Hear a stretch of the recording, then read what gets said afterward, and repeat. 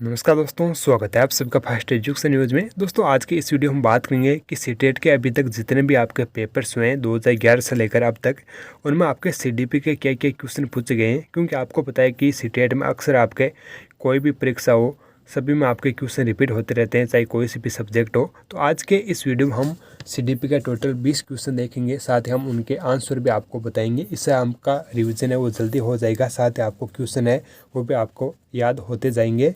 तो आपको पहले उत्तर बता देना है। जैसे आप ऑप्शन देखते हैं, आपको कमेंट सेक्शन में उत्तर बताना है, फिर अंत में आपको कमेंट सेक्शन में बताना है कि आपके कितने क्वेश्चन राइट हो रहे हैं।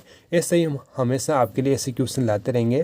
तो आप चैनल को सब्सक्राइब कर जरूर बेल आइकन प्रेस कर देना, ताकि आपको इंपॉर्टेंट क्वेश्चन है आपका आसानी से मिल जाए, साथ ही आपका रिविजन है वो भी आपके होता चला जाए। तो बात करते हैं सर्वप्रथम क्वेश्चन नंबर 1 के साथ, जो कि आपके सीटेट 2011 में आपके पूछा गया है। आपको पता है कि पहले आपके पेपर्स है वो ऑनलाइन होते थे और अब आपके ऑफलाइन होना शुरू हो गए हैं। तो ये क्वेश्चन आपके बार बार काम आएंगे, क्योंकि बार बार क्वेश्चन है ये आपके रिपीट होते रहेंगे। तो वीडियो को पूरा ज़रूर देखना। तो पहला क्वेश्चन है आपके, विकास कभी नहीं समाप्त होने वाली प्रक्रिया है, ये विचार किससे आपके संबंधित है। ऐसे क्वेश्चन आपके बार बार पूछे जाते हैं सिद्धांत से संबंधित।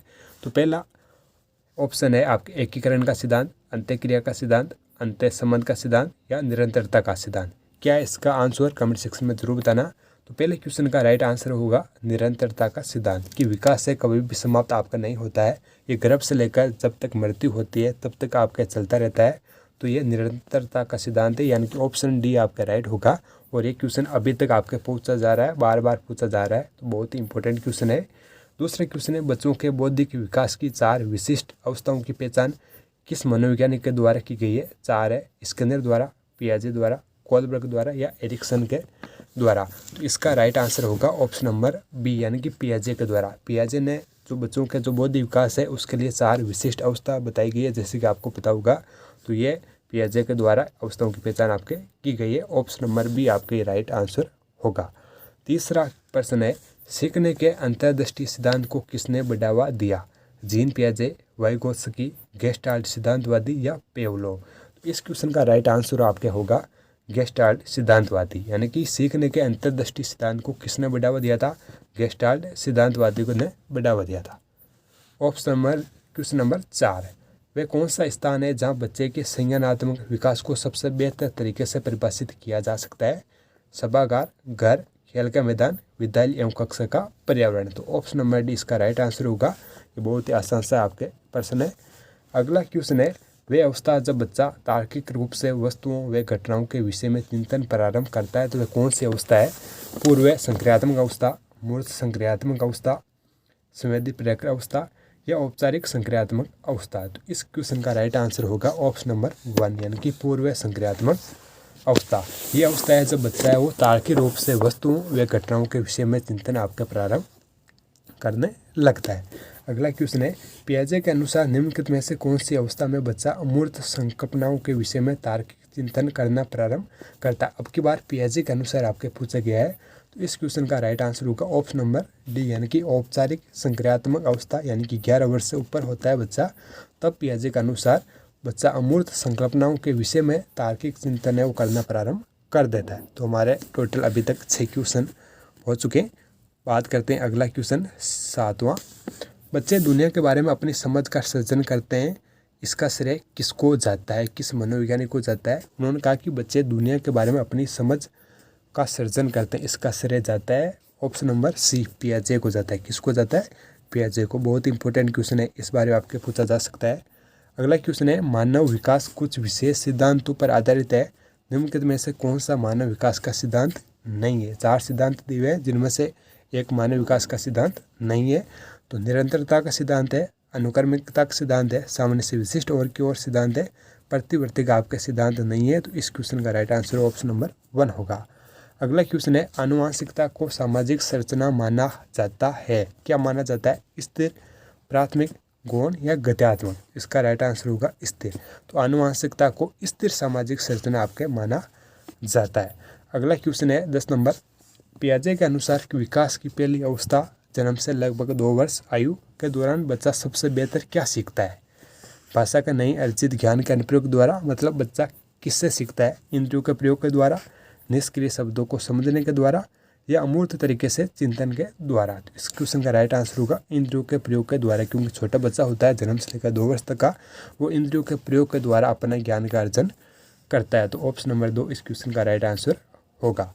अगला क्वेश्चन है 11 नंबर, अवधारणाओं का विकास मुख्य रूप से किसका हिस्सा है? सामाजिक विकास का, स्वैगात्मक विकास का, बौद्धिक विकास का या शारीरिक विकास का? तो इस क्वेश्चन का राइट आंसर होगा बौद्धिक विकास। मतलब अवधारणाओं का जो विकास है वो मुख्य रूप से आपके बौद्धिक विकास, यानी कि ऑप्शन नंबर सी इस क्वेश्चन का राइट आंसर होगा। अगला क्वेश्चन है, बच्चे के उचित विकास को सुनिश्चित करने के लिए उसका स्वस्थ शारीरिक विकास एक महत्वपूर्ण आवश्यकता है। ये कथन सही है या नहीं है? ये आपके 4 ऑप्शन दिए हुए हैं। सही है, क्योंकि शारीरिक विकास के अन्य पक्ष के साथ संबंधित आपके होते हैं। तो यही आपके राइट आंसर होगा, क्योंकि बच्चे के उचित विकास को सुनिश्चित करने के लिए उसका स्वस्थ शारीरिक विकास से एक महत्वपूर्ण आवश्यकता है। यानी कि यदि बच्चे का शरीर स्वस्थ होगा तो उसका जो बाकी का जो विकास होगा, चाहे वो मानसिक हो चाहे वो दूसरे विकास हो, वो भी आपके अच्छी तरीके से होगा। तो मतलब है कि जो शारीरिक विकास है वो विकास के जो भी अन्य पक्ष है, यानी कि जो शारीरिक विकास है उसके अलावा भी जितने भी चाहे आपके विकास होते हैं, जैसे कि मानसिक विकास है, वो शारीरिक विकास से आपके संबंधित होते हैं। तो ऑप्शन नंबर 1 आपकी इस क्वेश्चन का राइट आंसर होगा। अब बात करते हैं अगले क्वेश्चन के। 13वां क्वेश्चन है हमारे पास, खिलौने की आयु कहा जाता है पूर्व बाल्यावस्था को, उत्तर बाल्यावस्था को, शैशवावस्था को या इनमें से सभी को? तो जो खिलौनों की जो आयु होती है वो होती है पूर्व बाल्यावस्था। कौन सी होती है? पूर्व बाल्यावस्था। वही खिलौने की आयु होती है। बार बार क्वेश्चन है, हर बार क्वेश्चन आपका रिपीट होता रहता है। अगला क्वेश्चन है, निम्न में से कौन सी पूर्व बाल्यावस्था की विशेषता नहीं है? दल समूह में रहने की अवस्था, अनुकरण करने की अवस्था, प्रश्न करने की अवस्था या खेलने की अवस्था? तो इसका आपका राइट आंसर होगा ऑप्शन नंबर डी। मतलब बाल्य अवस्था की विशेषता नहीं है, खेलने की अवस्था, और बाकी 10 में भी रहता है, अनुकरण भी करता है, प्रश्न भी करता है। खेलने की अवस्था या आपके बाल्य अवस्था में, पूर्व बाल्य अवस्था में नहीं आती, ये आपके उत्तर बाल्य अवस्था में आती है। अगला क्वेश्चन है, उत्तर बाल्य अवस्था में बालक भौतिक वस्तुओं के किस आवश्यक तत्वों में परिवर्तन समझने लगते हैं?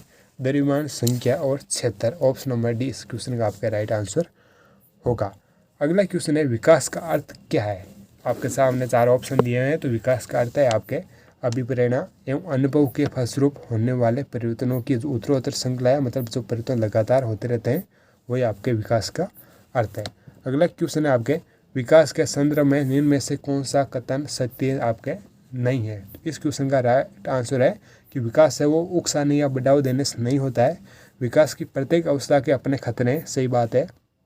विकास सांस्कृतिक परिवर्तनों से प्रभावित होता है, ये भी सही बात है। विकास की प्रत्येक अवस्था की अपनी विशेषताएं होती है, ये भी राइट बात है। लेकिन विकास उकसाने या बढ़ावा देने से नहीं होता है, ये आपके ऑप्शन गलत है। लेकिन इस क्वेश्चन के अकॉर्डिंग ये आपके बात सही है। तो इसका राइट आंसर है ऑप्शन नंबर बी होगा।